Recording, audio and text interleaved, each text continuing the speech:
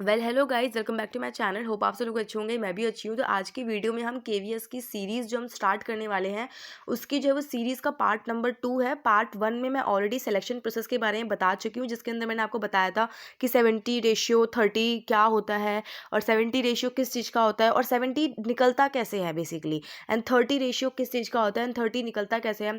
अगर आप लोगों ने इंटरव्यू में अच्छा करना है तो आपको पता कैसे लगेगा कि आपको इंटरव्यू में अच्छा करना है। बेसिकली अच्छा सबको करना है, बट अगर आपके मार्क्स जो हैं वो रिटर्न में कम है मेरिट से, मेरिट के अकॉर्डिंग, फॉर एग्जांपल मेरिट 135 गई है, अगर आपके मार्क्स उतने ही हैं बट कैंडिडेट्स के और हाई हाई मार्क्स गए हैं, तो उस केस में आपको जो है वो इंटरव्यू में अपना 101% देना ही पड़ेगा।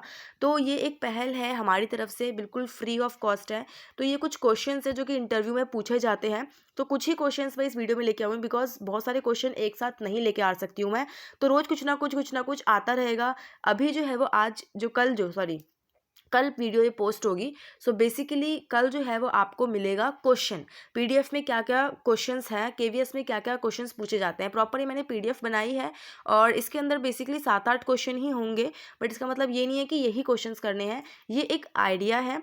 और इसके अलावा और भी क्वेश्चंस हैं जो कि मैं आपको टाइम के साथ बताती रहूँगी, बिकॉज एकदम से इतना सारा बताऊँगी तो आपको भी समझ नहीं आएगा। बट मेक श्योर कि ये वीडियो आप कम से कम 2 to 3 टाइम्स देखें, ताकि आपके माइंड में सेट हो जाए। एंड सेकंड थिंग, जो भी केवी की तैयारी कर रहे हैं आप उनको भी वीडियो शेयर कर सकते हैं। अगर आप तैयारी नहीं भी कर रहे हो, स्टिल आप इस वीडियो के पास आ गए हैं, ये वीडियो आप देख रहे हैं, तो ये वीडियो फिर भी आपके लिए हेल्पफुल है, बिकॉज एग्जाम सेंटर में भी काफ़ी सारी चीज़ें हैं जो पूछी जाती है। एग्जाम सेंट्रिक क्वेश्चन ही हैं ये।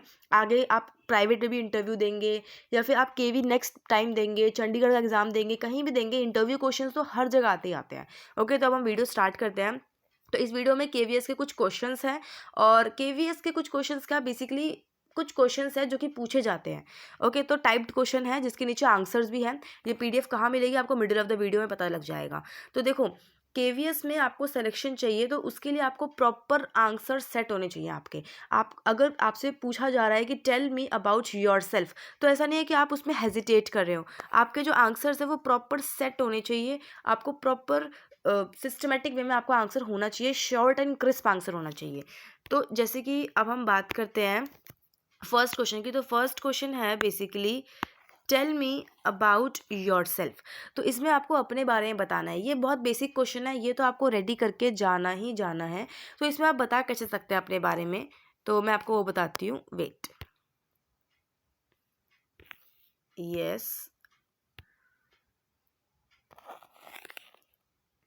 तो इसमें पहली बात तो आपको अपना इंट्रोडक्शन देना है, जिसमें आपको अपने नेम यूज़ करना है, अपना फैमिली का बैकग्राउंड यूज़ करना है, कहाँ से आप बिलोंग करते हैं, आपका डेट ऑफ बर्थ, आपका एजुकेशनल बैकग्राउंड।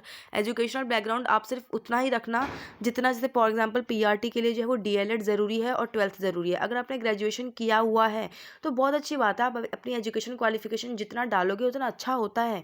बट मैं आपको एक बात बता देती हूँ, बहुत राज की बात है, कि जितना आप एजुकेशन क्वालिफिकेशन डालते हो ना, उतना वो लोग आपसे ज़्यादा क्वेश्चन करते हैं। फॉर एग्जांपल एक कैंडिडेट है, वो उससे 12th करते ही उसने डीएलएड किया है एंड उसका केवी में नंबर आ गया, तो इसका मतलब उसने दुनिया ज़्यादा नहीं देखी है, तो उससे क्वेश्चनिंग उस लेवल की जाएगी। बट अगर कोई पर्सन है जिसने बैचलर्स भी किया हुआ है, मास्टर्स भी किया हुआ है, डीएलएड भी किया हुआ है, इसका मतलब उसने काफ़ी दुनिया देखी है, उसको एक्सपीरियंस है, तो उससे अच्छे खासे क्वेश्चन पूछे जाएंगे। सो बेसिकली अगर आप जो भी अपना डिटेल डाल रहे हैं ना एजुकेशन क्वालिफिकेशन में, मेक श्योर कि आपको उसके बारे में पता हो डिटेल में। आप जो भी चीज़ अपने रेज्यूम में डाल रहे हैं, बिकॉज क्वेश्चन जो है वो आपके रेज्यूम के इर्द गिर्द ही घूमता है। जो भी अपने रेज्यूम में, जो भी अपने डॉक्यूमेंटेशन में क्वेश्चंस डाल रहे हैं, क्वालिफिकेशन डाल रहे हैं, हॉबीज़ डाल रहे हैं, फॉर एग्जाम्पल आपने हॉबी में डाल दिया खो खो। अब आपको खो खो के बारे में पता ही नहीं, बट उन लोगों को, वो लोग पूछ सकते हैं आपसे खो खो में कितने मेंबर्स होते हैं, तो आपको पता होना चाहिए। आप जो चीज़ डाल रहे हैं ना उसमें, अगर चाहे आप हॉबीज़ में डाल रहे हो, चाहे आप फॉर एग्जांपल आपने डाल दिया डांस पसंद है, अब उन्होंने बोला कि ठीक है डांस के आप थोड़े बताओ कि टाइप्स क्या क्या होते हैं। अब आप बताओगे टाइप्स, या फिर फॉर एग्जांपल आपसे वो पूछ सकते हैं कि अच्छा स्टेट के अकॉर्डिंग डांस बताओ, फॉर एग्जांपल इस स्टेट में कौन सा डांस होता है, इस स्टेट में। तो बेसिकली जो भी आप डाल रहे हैं ना अपने रेज्यूम में, अपने डॉक्यूमेंटेशन में, अपनी प्रॉपर फाइल में, मेक श्योर कि वो प्रॉपर आपको उसके बारे में इंफॉर्मेशन हो। नेक्स्ट इज, आपको अगर कोई प्रोफेशनल एक्सपीरियंस है तो आपको वो डालना है, एंड आपको अपने सब्जेक्ट और अपनी हॉबीज़ मेंशन करनी है। और जो मैंने बोला है वो ध्यान रखना कि जो भी चीज़ आप डालो उसके बारे में प्रॉपर इन्फॉर्मेशन होनी चाहिए। फॉर एग्जांपल अगर मैं डाल रही हूँ कि मुझे बैडमिंटन खेलना पसंद है, तो मुझे उसके बारे में पता होना चाहिए, बिकॉज वो लोग पूछ सकते हैं आपको बैडमिंटन खेलना पसंद है तो आप लोग बताइए। ठीक है, हम वहाँ पे ये नहीं बोल सकते कि हमें बैडमिंटन खेलना पसंद है पर वो सिर्फ फॉर्मली इनफॉर्मली पसंद है, ऐसा प्रॉपर कोई टूर्नामेंट पे जाके पसंद नहीं है, हम वो वहाँ पे नहीं बोल सकते हैं बिकॉज वहाँ पे और भी कैंडिडेट्स हैं, तो हमें रिस्क नहीं लेना चाहिए। ठीक है, तो आपको इस तरीके से अपना जो है वो शॉर्ट इंट्रोडक्शन रेडी करना है।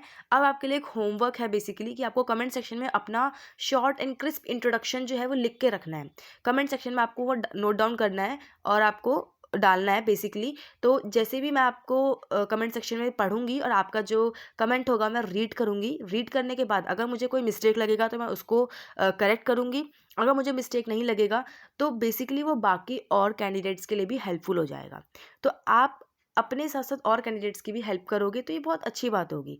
ओके, सो इससे अगर आपकी कोई मिस्टेक भी होगी तो मैं उसको ठीक करूँगी। तो यही आपका होमवर्क है कि आपको जो है वो अपना इंट्रोडक्शन कमेंट सेक्शन में टाइप करना है सो दैट कि कोई मिस्टेक होगी तो मैं उसको ठीक करूँगी एंड बाकी कैंडिडेट्स को भी उससे हेल्प मिलेगी। Now next question is what is स्वॉट? स्वॉट क्या होता है? ओके, सो ये क्वेश्चन जो है वो बहुत ज़रूरी है कि स्वॉट क्या होता है। बेसिकली स्वॉट का फुल फॉर्म होता है strength, weakness, opportunity and threat. या तो आपसे सिर्फ फुल फॉर्म पूछ सकते हैं या फिर आपसे प्रॉपर पूछेंगे स्वॉट का मतलब क्या होता है। तो आपको प्रॉपर बताना है कि स्वॉट जो है वो बेसिकली फोकस करता है आपकी स्ट्रेंथ पे, क्योंकि इसका फुल फॉर्म ही होता है strength, weakness, opportunity and threat. And ये जो है वो फोकस करता है आपकी स्ट्रेंथ पे। It can be your affection for kids, ये जो है वो हमारे किड्स के टूवर्ड अफेक्शन भी हो सकता है, हमारी जो टीचिंग है उसके टुवर्ड पेंशन भी हो सकता है, पैशन भी हो सकता है, पंचुअलिटी हो सकता है, hard work, positive approach etcetera, ये सब जो है वो स्वॉट के अंदर आता है। अगर आप वीकनेस की बात करते हो तो आपको बहुत केयरफुल होना चाहिए। Okay, what is your स्वॉट? स्वॉट के अंदर बेसिकली आपकी स्ट्रेंथ, आपकी वीकनेस, आपकी अपॉर्चुनिटी, आपके थ्रेट, ये पूछा जाता है। बहुत बेसिक क्वेश्चन आपसे पहले के ज़माने में, ये पहले के ज़माने में क्या 2-3-4 साल पहले ये पूछते थे, tell me your strength, tell me your weakness. But अब जो है जैसे जैसे टाइम बदलता जा रहा है वैसे वैसे कुछ नए तरीके से आपसे क्वेश्चन पूछे जाते हैं। तो अब ये पूछा जाता है व्हाट इज़ योर स्वॉट, मतलब आपकी स्ट्रेंथ क्या है, आपकी वीकनेस क्या है, आपकी अपॉर्चुनिटी क्या है, थ्रेट क्या है। फॉर एग्जांपल स्ट्रेंथ में आप डाल सकते हैं कि मैं बहुत पंचुअल हूँ, मुझे पढ़ाना बहुत अच्छा लगता है, मैं किड्स के टुवर्ड बहुत अफेक्शन हूँ, मैं बहुत क्रिएटिव हूँ, मुझे ना ईजी पढ़ाना अच्छा नहीं लगता, मुझे डिफ़िकल्ट पढ़ाना अच्छा नहीं लगता, मुझे ईजी वे में पढ़ाना अच्छा लगता है, एंड ईजी और बहुत क्विक और क्रिएटिव वे में पढ़ाना अच्छा लगता है। तो इस तरीके से आप अपने स्ट्रेंथ बता सकते हैं इंग्लिश में।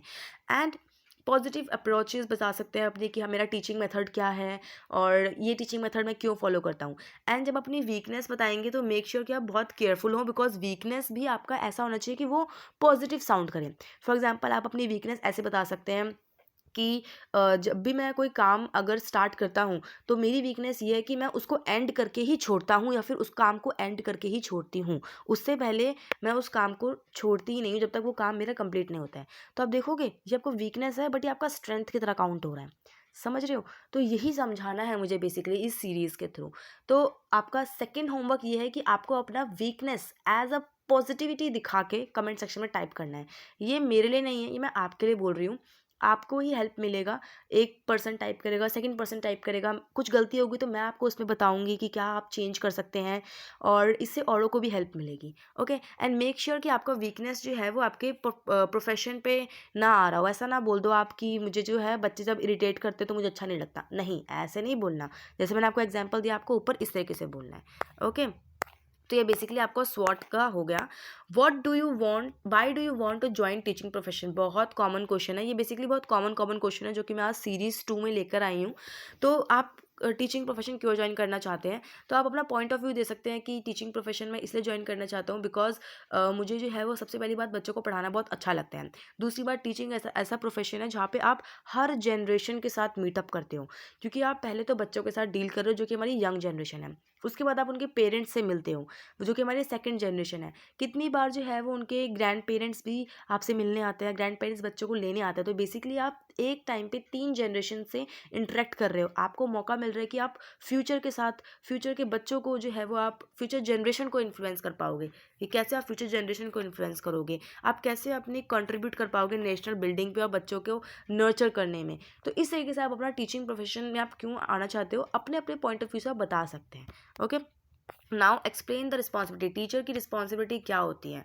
तो टीचर की सबसे बड़ी रिस्पॉन्सिबिलिटी आप ये नहीं बोल दोगे कि फाइल बनाना होता है, अटेंडेंस रजिस्टर बनाना होता है, मतलब ऐसे रिस्पॉन्सिबिलिटीज़ काउंट नहीं करवानी है। रिस्पॉन्सिबिलिटी इन द सेंस आपको बोलना है कि टीचर की रिस्पॉन्सिबिलिटी होती है बच्चों को high quality of education provide करना और बच्चों के सारे कॉन्सेप्ट्स को क्लियर करना। बच्चे एक बार पूछ रहे हैं, 2 बार पूछ रहे हैं, जितनी बार पूछे उनके कॉन्सेप्ट्स को क्लियर करना है। अगर बच्चों को समझ नहीं आ रहा है तो क्रिएटिव तरीके से कैसे समझा सकते हैं, किस तरीके से हम आईसीटी को यूज़ कर सकते हैं, किस तरीके से हम बाला बाला क्या होता है, बिल्डिंग एज लर्निंग एड। अगर आप ऐसे ऐसे टर्म यूज़ करेंगे ना, चाइल्ड सेंट्रिक, बाला, एक्टिव पार्टिसिपेशन, एक्सप्लोरेशन, तो ये आपको पॉजिटिव नोट की तरफ लेकर जाएगा। इससे जो केवी के जो इंटरव्यू पैनल में सब आपकी तरफ मतलब उनको लगेगा कि हाँ इस पर्सन को नॉलेज है। ओके, सो मैंने अभी बोला BALA. BALA is basically building as learning aid. इसमें क्या होता है, हम बिल्डिंग को as a learning aid use करते हैं। ये आपका होमवर्क है, आपको जो है बाला सर्च करना है।